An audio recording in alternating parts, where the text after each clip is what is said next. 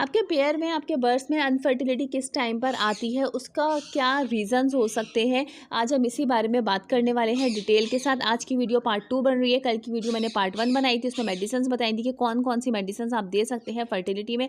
Screen पे मैं thumbnail दिखा रही हूँ, डिस्क्रिप्शन में मैं लिंक डाल दूँगी, आप लोग जाकर देख लीजिएगा। देखिए रीज़न्स जो है वो बहुत सारे हो सकते हैं जिसकी वजह से एग्स अनफर्टाइल आते हैं, ठीक है।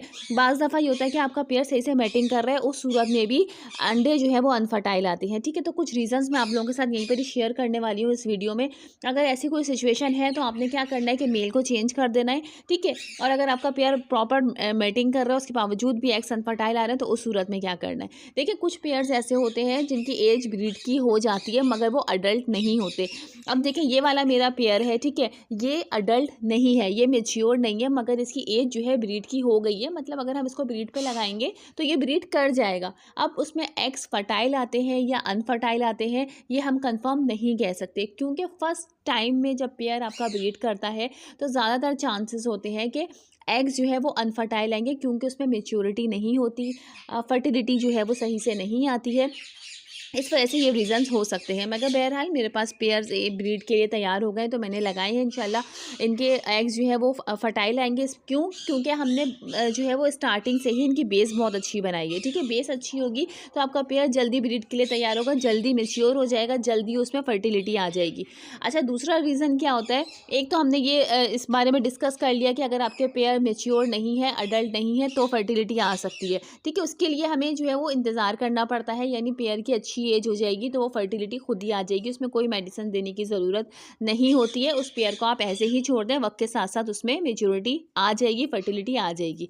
दूसरा रीज़न ये होता है कि आपका पेयर जो है वो फर्टाइल अंडे नहीं दे रहा मगर वो मेच्योर है, ठीक है। उस सूरत में क्या होता है कि आपके पास जो है वो जो पेयर आप देख रहे हैं कि वो मेटिंग कर रहा है, वो सही मेटिंग नहीं कर रहा, ठीक है। बहुत सारे लोगों को जो है ये सिचुएशन फेस करना पड़ती है। इस वजह से वो थोड़ा-सा परेशान हो जाते हैं कि हमारा पेयर जो है वो मैटिंग कर रहा है मगर उसके बावजूद अंडे जो है वो अनफर्टाइल आ रहे हैं। अगर बार-बार ऐसा हो रहा है तो आप उस सूरत में मेल को पहली फुर्सत में चेंज कर दें। क्योंकि अगर आपको ये कन्फर्म है कि आपका पेयर सही मैटिंग नहीं कर रहा, ठीक है, आपने फर्स्ट कलच भी ऐसे ही किया, सेकंड भी ऐसे ही किया, तकरीबन 2 साल का अर्सा गुज़र गया, तो उस सूरत में आप मेल को चेंज करेंगे।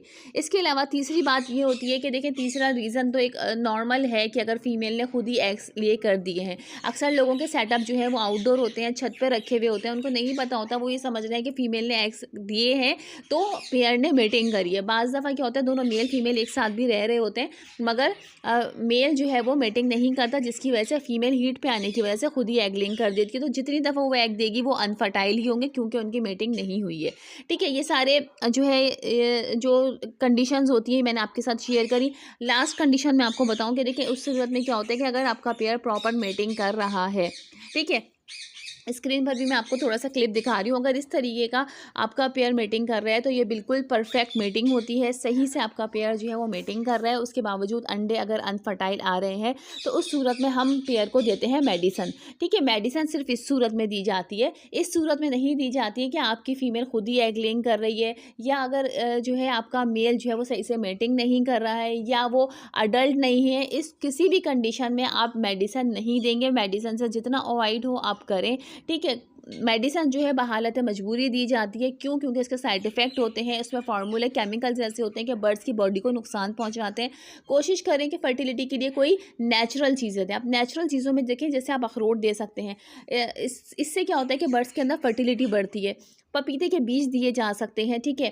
पपीते के बीज को आप सुखा लें या सूखे हुए भी मिल जाते हैं, वो आप अपने बर्ड्स को प्रोवाइड करें। सीड्स में मिलाकर दे सकते हैं, सॉफ्ट फूड में मिला के दे सकते हैं, उससे जो है फर्टिलिटी के लिए ये बेस्ट होता है।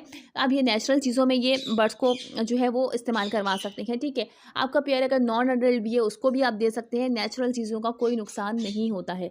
हद से ज़्यादा देना नुकसानदेह होता है, लिमिट में देंगे तो नुकसान नहीं करेगा।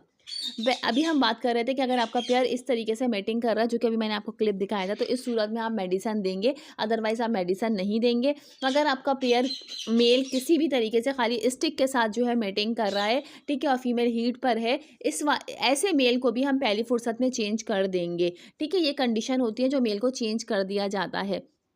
मगर चूंकि अभी ब्रीडिंग सीजन रिंग नेक का स्टार्ट हुआ है, पीक सीजन इनका दिसंबर टू जनवरी होगा। जनवरी में तमाम रिंग नेक के पेयर्स जो हैं जो हीट पे आ जाते हैं वो मीटिंग करते हैं, ब्रीड आती है। अगर इस सूरत में भी आपके पास ब्रीड नहीं आती तो आप पेयर को चेंज करके दे सकते हैं, या ये देख सकते हैं। या इसके अलावा अगर आपके ही अपने सेटअप के 3-4 पेयर्स लगे हुए हैं जो पहले हीट पर आ जाए उसको फीमेल के साथ डाल दें, फीमेल को दूसरे मेल के साथ डाल दें, तो हम इस तरीके से भी पेयरिंग तोड़ के न्यू पेयरिंग बना सकते हैं अगर आपके अपने पेयर अपने सेटअप के बर्ड्स हैं।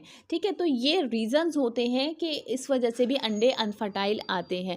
मेडिसिन की वीडियो मैंने बनाई थी, कल आप लोग जाकर देख लीजिएगा। उम्मीद है आज की वीडियो पसंद आई होगी। मिलते हैं किसी नेक्स्ट ज़बरदस्त से इन्फॉर्मेटिव वीडियो के साथ। जब तक के लिए अल्लाह हाफिज़, फ़ी अमानिल्लाह।